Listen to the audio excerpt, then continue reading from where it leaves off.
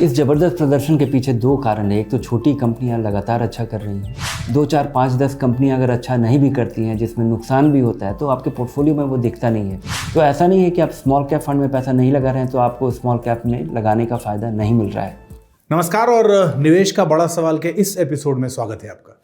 अच्छा, पिछले कुछ समय में स्मॉल कैप और मिड कैप स्टॉक्स ने मार्केट में बहुत अच्छा परफॉर्म किया है, अच्छे रिटर्न दिए हैं, लेकिन साथ ही निवेश का जो एक नियम है ना कि तेजी से ग्रोथ के साथ उसमें हाई रिस्क भी इन्वॉल्व होता है।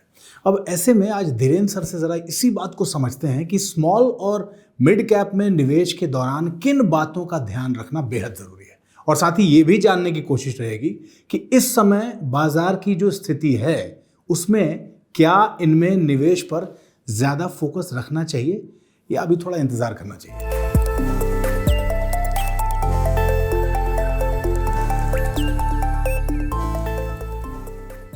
सर, स्वागत है आपका। अच्छा सर, पिछले कुछ महीनों में लार्ज कैप से बेहतर परफॉर्म करते हुए स्मॉल और मिड कैप स्टॉक्स ने अच्छा रिटर्न दिया इन्वेस्टर्स को। क्या बड़ी वजह हैं इसकी, और क्या इन दोनों की ये परफॉर्मेंस सस्टेन करने वाली है?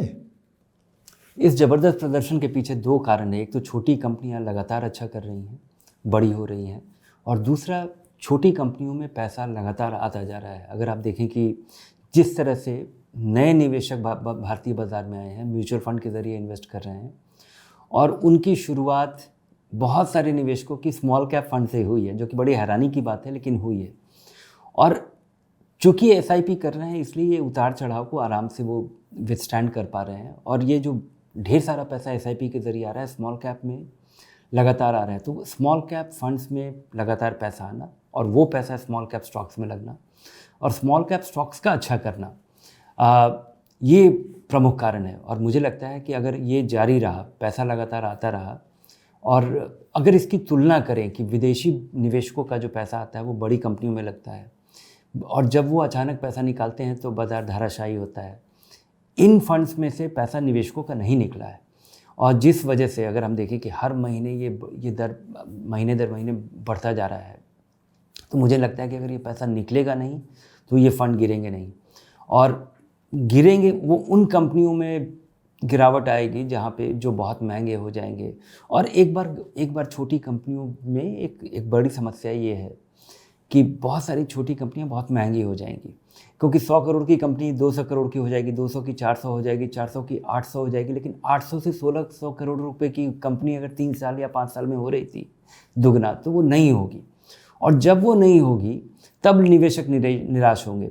लेकिन इसका एक शॉक एब्जॉर्बर है। इस झटके से को विथस्टैंड करने के लिए या झेलने के लिए जो शॉक एब्जॉर्बर बिल्ट है कि इन फंड्स का जो पैसा है वो 200, 250, 300 कंपनियों में लगा हुआ है। 2, 4, 5, 10 कंपनियां अगर अच्छा नहीं भी करती हैं, जिसमें नुकसान भी होता है, तो आपके पोर्टफोलियो में वो दिखता नहीं है। तो मुझे उम्मीद है कि अगर कोई निवेशक इसमें लंबे समय तक के नज़रिए से जो इक्विटी का पैसा आपका होना चाहिए वो अगर लगे तो स्मॉल कैप विथस्टैंड कर सकता है। अच्छा सर, एक बात और, इन दोनों ही स्टॉक्स के हाई ग्रोथ पोटेंशियल के साथ ही इनके साथ जुड़ा रहता है बड़ा रिस्क भी। कौन से वो रिस्क हैं जिनसे निवेशकों को बचना चाहिए, या फिर निवेशक उन रिस्क को कम कर सकते हैं? इस रिस्क को पूरी तरह मिटिगेट नहीं किया जा सकता है। छोटी कंपनियां ज़्यादा वल्नरेबल होती हैं, कई बार बंद हो जाती हैं, कई बार इकोनॉमिक साइक्लिकलिटी को विथस्टैंड नहीं कर पाती हैं। लेकिन छोटी कंपनियां बड़ी भी होती हैं, और जब छोटी कंपनियां बड़ी होती हैं और मिड साइज कंपनी बहुत बड़ी हो जाती है, तो निवेशकों का बहुत पैसा बनता है। और जिस तरह से ये मल्टीप्लाई करती हैं, और यही उसका चार्म है, यही उसका अट्रैक्शन है, जिस वजह से निवेशक आते हैं कि छोटी कंपनी एक बड़ी कंपनी बन जाए। और इस रास्ते में, इस पूरे जर्नी में बहुत सारी कंपनियां नहीं बन पाती हैं, या बहुत सारी कंपनियां मिड साइज्ड होकर के रह जाती हैं। तो इससे बचने का आपके पास एक ही तरीका है कि आप अपना पैसा डाइवर्सिफाई कीजिए। एक इंडिविजुअल इन्वेस्टर जब स्पेसिफिक कंपनी में सीधा पैसा लगाता है तो ये बहुत रिस्की है। जब आप किसी फंड के ज़रिए लगा रहे हैं तो 20%, 30%, 40% पैसा आपका, एक तो आपका स्मॉल कैप फंड में लगा हुआ पैसा भी आपका नॉन स्मॉल कैप में लगाने की सुविधा है, और अधिकतर फंड का पैसा लगा हुआ है। जब आप स्मॉल कैप फंड में पैसा लगा रहे हैं तो आपका पूरा पैसा स्मॉल कैप स्टॉक्स में नहीं लगता है, और ये कानूनी प्रावधान बना हुआ है सेबी के रेगुलेशंस में, जो क्लासिफिकेशन का है उसमें इसकी छूट दी हुई है। और इसके अलावा जो लगा भी हुआ है वो इतनी ढेर सारी कंपनियों में लगा होता है कि अगर इसमें से 10 कंपनी, 20 कंपनी, 25 कंपनी में अगर नुकसान भी हो जाए तब भी आपके ओवरऑल पोर्टफोलियो पे ये उसका उतना असर नहीं पड़ेगा। अच्छा सर, मार्केट में लगभग 25 स्मॉल कैप और 30 मिड कैप फंड्स अवेलेबल हैं, तो इन्वेस्टर्स को इनमें से अपने लिए हाई क्वालिटी म्यूचुअल फंड्स की पहचान और उसका चुनाव कैसे करना चाहिए?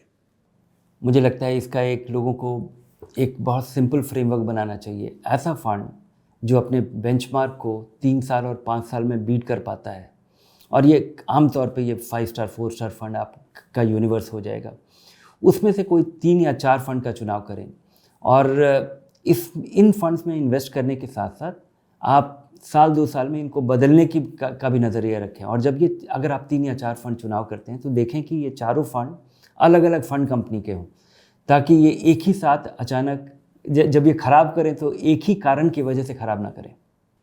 ठीक है सर, अब सबसे आखिर में हम लोगों को ये बता दीजिए कि निवेशकों को अपने पोर्टफोलियो में आइडियली कितना एलोकेशन स्मॉल और मिड कैप में करना चाहिए? इसका कोई नियम नहीं है, ये पूरी तरह निर्भर करता है कि आप कितना एक्लेमेटाइज कर चुके हैं अपने आप को।